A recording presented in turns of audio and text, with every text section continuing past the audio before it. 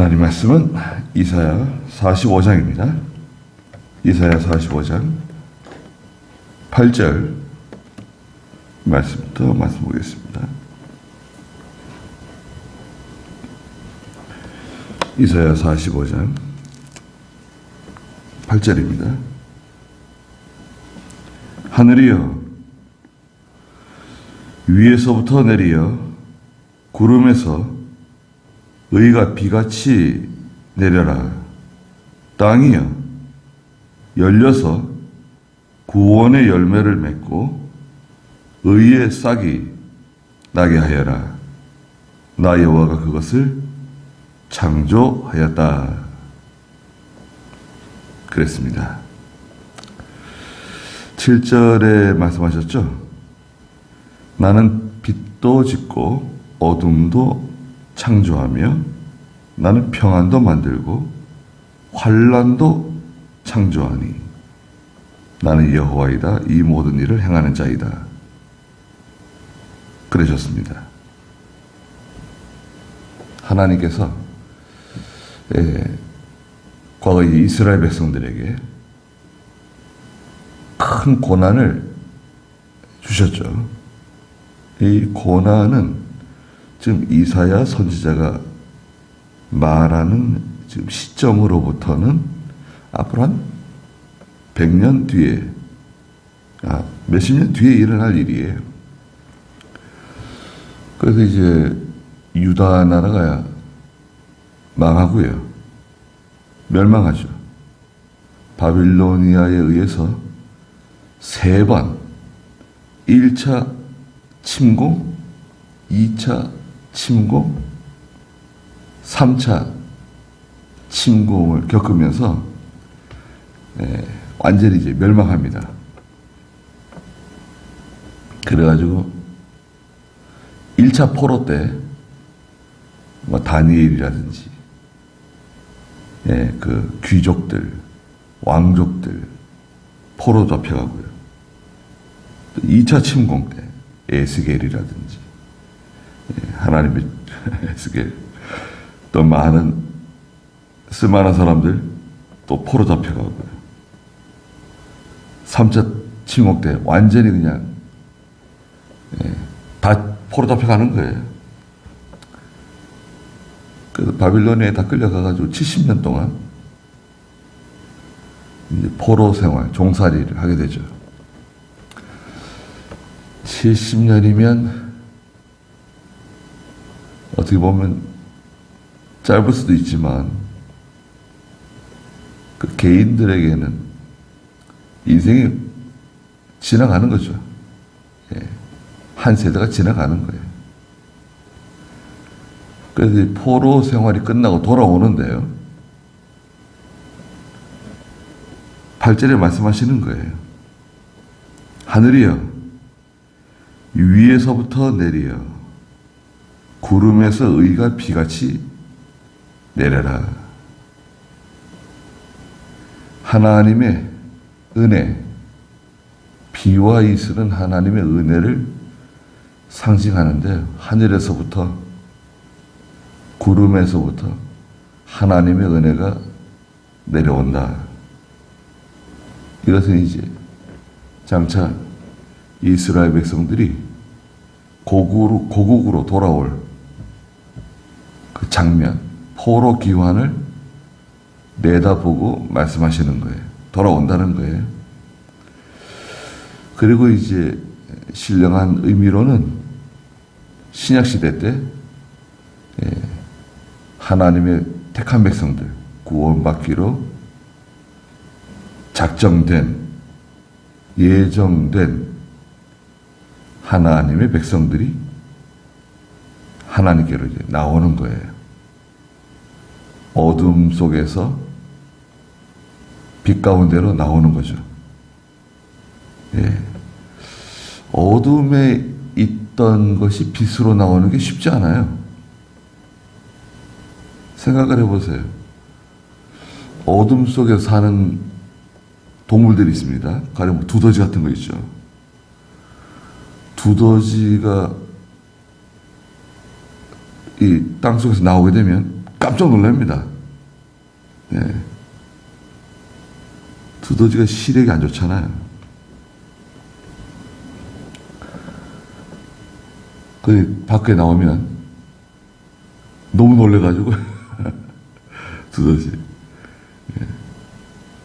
어둠에 있던 것이 밖으로 나오면 그 생활하기 힘들 거예요. 박쥐가 어두운 동굴에서 사는데 밖에 나옵니까? 낮에 박쥐가 뭐 날아다니고 그런 거 있어요. 물론 낮에도 날아다니는 박쥐가 따로 있죠. 근데 일반적으로는 어둠에 지내는 생물들은 밖에 잘 못 나와요. 싫어합니다, 빛을. 하나님께서 하나님의 의를 빛처럼 내려주신다는 거예요. 그러면 만물이 소생해요. 여러분이 봄에 땅에서 이제 풀들이 돋아나고 새싹들이 돋아나잖아요. 뭐 죽은 것 같은, 완전 죽은 것 같은데 한겨울 땅땅 얼은 땅 속에서 그 뿌리식물들, 구근식물들 다시 싹을 틔우는 거 보세요. 정말 이건 나는 건가? 제가 여기 뭐 그 뿌리를 좀 사다가 5뿌리 심었는데 세 뿌리는 났어요. 두 개는 안 나더라고요. 야, 이거 2개는 이거 실패하는 건가? 그러고 있는데 올라오더라고요. 네. 그 뿌리를 파시는 화원에서 한겨울인데 눈이 내렸는데 지금 심어도 된대요, 땅에다가. 아니, 지금 땅이 얼었는데 눈 내리고 괜찮대요. 그 심으시면 된대. 그래서 너무 위험해서 흙을 해가지고 여기다 심어놨는데 네. 비가 내리고요. 따뜻한 바람이 불고 그러니까 그 죽었던 것처럼 보이는 뿌리들이 못 견디는가 봐요. 이 하나님의 그 생명의 기운이 천지에 있는 생명의 기운이 막 들어가니까요. 뭐 나무들이 다 죽은 것 같은데 다 뭐 벌써 새싹을 틔우고 산이 벌써 푸르러졌잖아요. 여기도 땅이요 열려서 구원의 열매를 맺고 의의 싹이 나게 하여라. 나 여호와가 그것을 창조하였다. 땅이요 열려서 땅이 뭐 땅땅 얼어 있는 것 같고 닫혀 있는 것 같은데 열려서 구원의 열매를 맺고 의의 싹이 돋아나도록 하라고. 다 끝장난 것 같은데요. 다 소망이 없고 희망이 없는 것 같은데 거기 다시 그 새 생명의 역사가 나타난다는 거예요. 네. 이것은 여기서는 하나님의 창조 사역이다. 하나님께서 창조하시는 것처럼. 그러면 새 창조죠, 새 창조. 창조입니다. 하나님께서 하시는 일은 무에서 유를, 없는 것에서 있는 것을 만드시는 새 창조예요. 근데 이것은 아주 오래전부터 하나님께서 예정하신, 작정하신 거라는 거예요. 9절에 말씀하셨어요. 화 있을 것이다. 질그릇 중에 하나이면서 그 지으신 자와 논쟁하는 자여. 아니, 질그릇이 그 토기장이 있잖아요. 질그릇 만드는 사람 하고 논쟁해요. 질그릇이. 나를 왜 이렇게 만들었냐고. 아니, 누구는 저 아주 귀한 그릇으로 사용되고, 아니, 나는 왜 이렇게 천한 그릇으로 만들었냐. 질그릇이 자기를 지은 토기장이와 논쟁한다? 그런 일은 있을 수 없다는 거죠. 또 진흙이 토기를 만드는 사람에게 아니 네가 무엇을 만드느냐? 진흙이 토기를 만드는 토기장에게 당신 뭐 만드는 거야? 왜 나를 이렇게 만드는 거야? 말할 수 있냐 이거예요. 또 네가 만든 것이 그에게 손이 없다. 그 질그릇이나 토기가요, 자기 만드는 사람에게 저 사람은 손이 없는 사람이라고,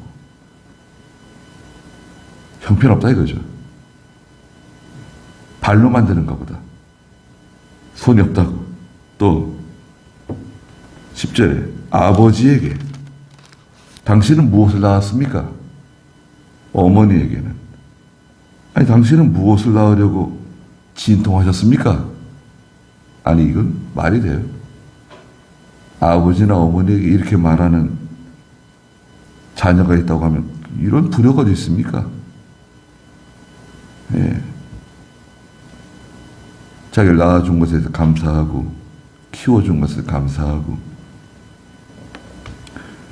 좀 부족하더라도 감사함으로 받고 선택할 수 있나요? 인간이 자기의 민족, 국가, 부모 선택할 수 있나요? 우리가 선택해서 태어났습니까? 뭐 뺑뺑이 돌리나요? 태어나기 전에 뺑뺑이 돌려가지고 딱 떨어지면 나는 흑인종이구나, 나는 백인종이구나, 난 유럽 사람이구나, 난 남미 사람이구나, 아시아 사람이구나. 선택할 수 있나요? 선택 못해요. 하나님께서 창조하시고 인간이 개입할 수 없는, 인간이 개입할 수 없어요. 그것을 불가항력적인 은혜라 그러는데요. 인간이 하나님께서 하시는 일에 관여할 수 없다. 관여 못해요.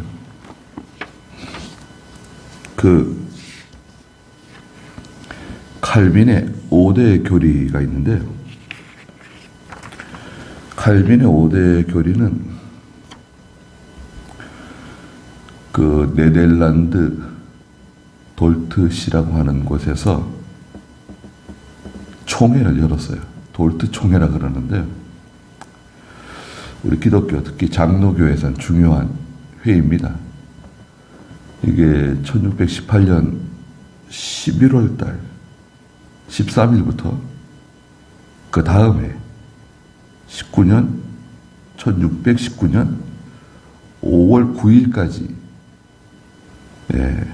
그 하나님의 종들, 신학자들이 모여가지고 오랫동안 기도하면서 회의를 했어요. 회의를 했는데 5가지 결정을 내렸어요. 그게 이제 칼빈의 5대 교리라고 그래요. 첫째가 뭐냐? 인간의 전적 부패. 인간은 스스로 자기를 구원할 수 없다. 인간은 전적 부패. 99%는 부패하고 1%는 여지가 있다. 그렇지 않다. 인간은 전적 부패하다. 그러니까 인간의 힘으로는 구원에 이룰 수 없다. 두 번째는 무조건적인 선택. 조건 없이 선택하는 거예요. 하나님께서 하나님의 백성을 선택하는데 조건 없이 선택합니다. 그렇잖아요. 무조건적으로 선택하는 것이 무슨 조건이 있습니까? 너는 예뻐서 선택하고, 너는 키가 커서 선택하고, 너는 뭐 똑똑해서 선택하고, 그런 거 없어요. 하나님의 선택은 무조건적인 선택. 세 번째는 뭐냐? 제한적 속죄예요. 제한적 속죄라고 하는 것은 선택적 속죄라고도 해요. 그냥 속죄받는 사람이 정해져 있다는 거예요. 제한적이에요. 모든 사람을 속죄하신다. 그거는 맞지 않죠. 예. 그거는 성경에 맞지 않아요. 하나님께서는 누구는 속죄하기로 선택하고 누구는 속죄받지 못하는 거예요. 그렇잖아요. 모든 사람이 구원받는 거 아닙니다. 제한적 속죄. 네 번째는 불가항력적 은혜예요. 인간이 거부할 수 없는 하나님의 은혜를 받았죠. 불가항력적인 은혜. 한가할 수 없어요. 하나님의 은혜. 하늘에서 비가 내리는데 거부할 수 있나요? 난 비 안 맞을래요. 하나님의 은혜가 내려오는데 거절할 수 없어요. 예. 불가항력적인 은혜를 받았습니다. 인간이 한가할 수 없어요. 왜 낳으셨습니까?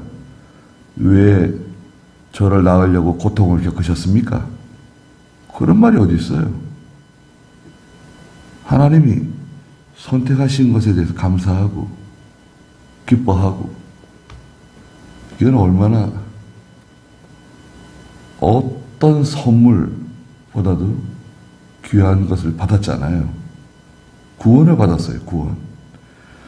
정말 이 구원에 대해서 바로 깨달았다고 하면 그 사람은 남은 여생이 행복할 겁니다. 정말 바로 깨달았다고 하면. 마지막으로 성도의 견인이에요. 성도의 견인. 무슨 말이냐면 하나님께서 우리 뭐 자동차 견인한다 그러잖아요. 자동차 뭐 퍼지면 레카 불러가지고 견인해 가잖아요. 성도의 견인이라고 하는 것은 하나님께서 반드시 하나님나라 데려가신다는 거예요. 택한 백성 하나님 데려가신다는 거예요.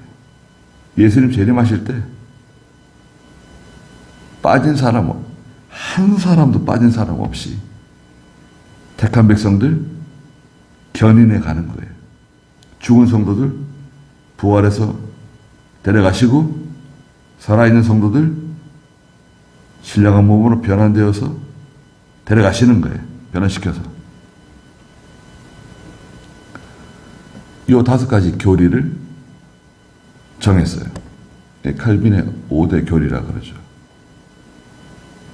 우리가 다 배우는 거예요. 말하는 겁니다.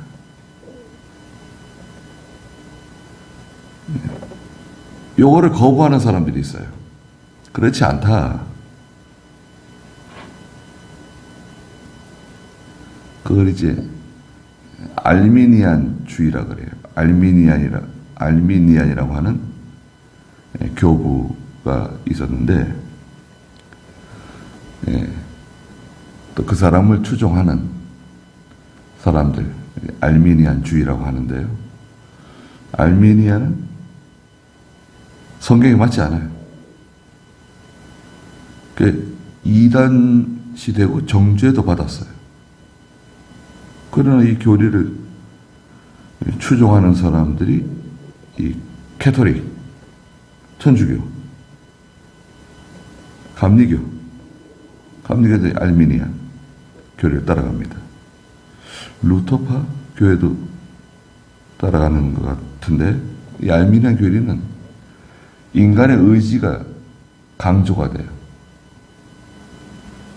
내가 하나님의 은혜를 거절할 수 있다, 거부할 수 있다. 또 사람은 부분적으로 타락한 것이 전체가 타락한 게 아니다. 전적 부패 아니다.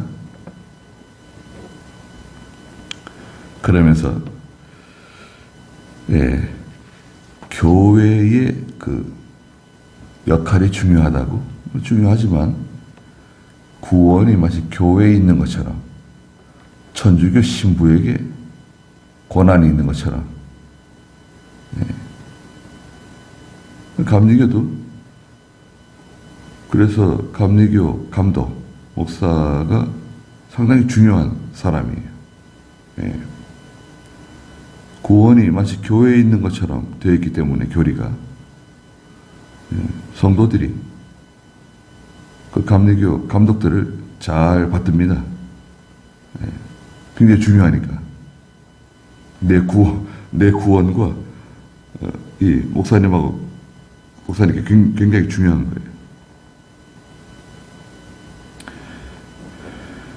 그래서 만약 하나님께 대하여 그렇게 말한다고 하면,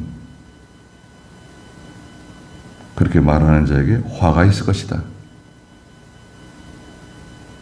부모에게 그렇게 말해도 화가, 이게 불효인데, 하나님께 왜 날 선택하셨습니까?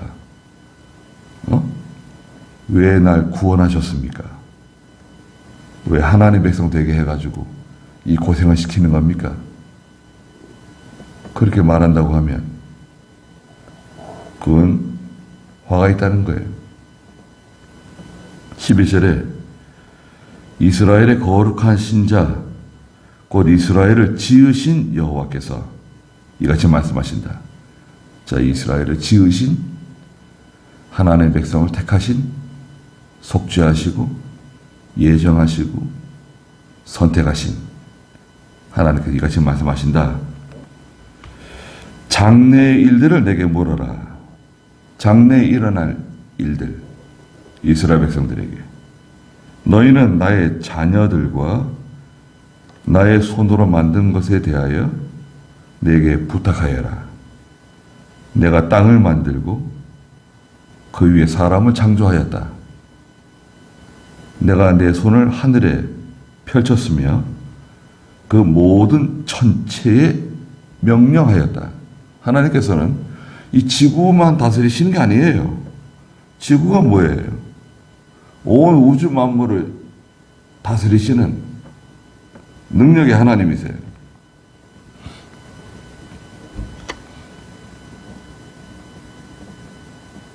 대단하신 분이세요. 그런 하나님께 우리가 기도할 수 있습니다. 그런 하나님을 아버지로 섬겨요. 13절에 내가 의로 그를 일으켰다. 그 사람이 누구예요? 내가 의로 그 사람을 일으킨 거야. 그게 내 뜻이야. 역사적으로는 고레스 왕이죠. 고레스. 메데 파사의 고레스를 일으켜서 포로 생활하고 있던 이스라엘을 해방시켜 주시죠. 영적으로는 장차 오실 메시아 되시는 그리스도를 보내주셨죠. 그게 하나님의 의예요. 내가 그를 일으켰으며 그의 모든 길을 평탄케 할 것이니 고레스가 하는 모든 일이 다 잘 될 거다. 고레스가 계획하는 일이 다 이루어질 거다. 또 예수 그리스도를 통해서 하시는 구원운동이 다 잘 될 거다. 성공할 거다. 사로잡힌 나의 백성을 값도 없이 보상도 없이 놓아줄 것이다. 자, 이제 그 포로 생활하는 사람들을 이제 놓아줄 때 보통 값을 정해요. 얼마씩 내면 자유다. 속전을 내야 돼, 속전. 그게 속전이죠. 종살이 하고 있는데 내가 지금 내 처도 종이고 아들도 종, 딸도 종, 다 종들이죠 뭐. 이제 해방을 받으려면 집에 돌아가도 좋다, 고향으로 가도 좋다. 대신 속전을 내라. 얼마씩. 남자는 얼마, 여자는 얼마, 아이는 얼마. 속전을 내야 되는데 고레스는 속전 없이 해방시켜줬어요. 이스라엘 해방. 무조건 돌아가라.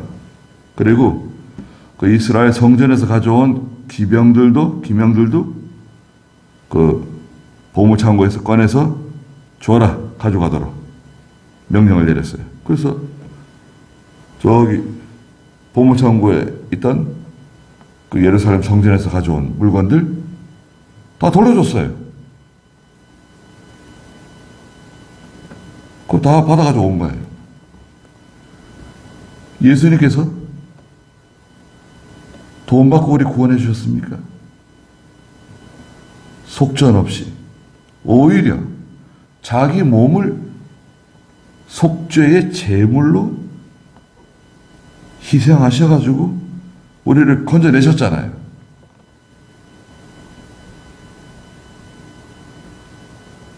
보상도 없이 놓아줄 것이다. 만군의 여호와의 말씀입니다. 그러니까 하나님께서 고레스를 세워가지고 이스라엘 백성들 건져내는 게 하나님의 뜻이에요. 하나님의 의라는 거예요. 거기에 대해서 하나님 뭐 잘못하십니다. 왜 그런 식으로 일을 하십니까? 이렇다 저렇다 말할 수 있냐 이거예요. 말할 수 없죠. 또 오늘날 예수 그리스도를 통해서 우리를 구원해 주셨는데 아니 왜 그런 식으로 그런 방법으로 왜 하나님께서 일하십니까? 왜 마구간에 태어나게 하시고 왜 처녀에게 태어나게 하시고 또 왜 십자가를 지게 하시고 못 박히게 하시고 죽게 하시고 부활하게 하시고 왜 그런 방식을 사용하십니까? 말할 수 없죠. 하나님이 정해놓으신 거예요. 이게 하나님의 구원의 방식이에요. 이게 하나님의 뜻이에요. 하나님의 의, 하나님의 의지, 하나님의 뜻이에요. 결정하신 거예요. 전적 부패한 인간의 힘으로서는 구원받을 수 없는 거 아니에요? 로마서에서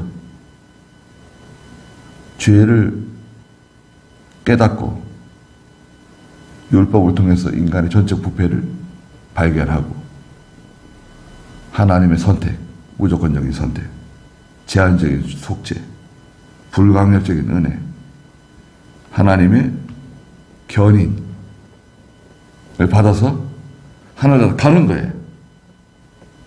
거기에 인간의 어떤 인간의 동의라든지 인간의 협력을 요구하세요? 없어요, 그런 거. 하나님이 우리에게 뭐 동의해달라고. 너 동의하지? 찬성하지? 아, 싫어요. 아, 왜 싫어? 찬성해야지. 동의해야지. 그런 거 있습니까? 그런 거 없어요. 무조건적인 하나님의 은혜에 어디 무슨 소리 하고 있어? 그냥 하나님의 구원이 거의 강제적으로 성령의 큰 그 은혜로 데려가시는 거예요. 구원시키는 거예요. 예수 믿게 하는 거예요. 예배당 나가게 만들고 너 그냥 뭐 병을 통해 가지고 굴복시키든지 사고를 통해서 굴복시키든지 자녀를 통해서 굴복시키든지 쫄딱 망하게 하시든지 뭘 해가지고 겸손하게 만들어가지고 예수 믿게 해가지고 하나님께 엎드리게 만드는 거예요. 예수 앞에 나오게 하는 거예요. 그래가지고 꽁꽁 묶어서 데려가는 거예요. 네. 벗어날 수 있어요? 이런 은혜를 받았습니다. 우리가 보상 없죠. 속전 낸 거 없습니다. 무조건적인 하나님의 은혜를 받은 겁니다. 얼마나 참 감사한 일입니까?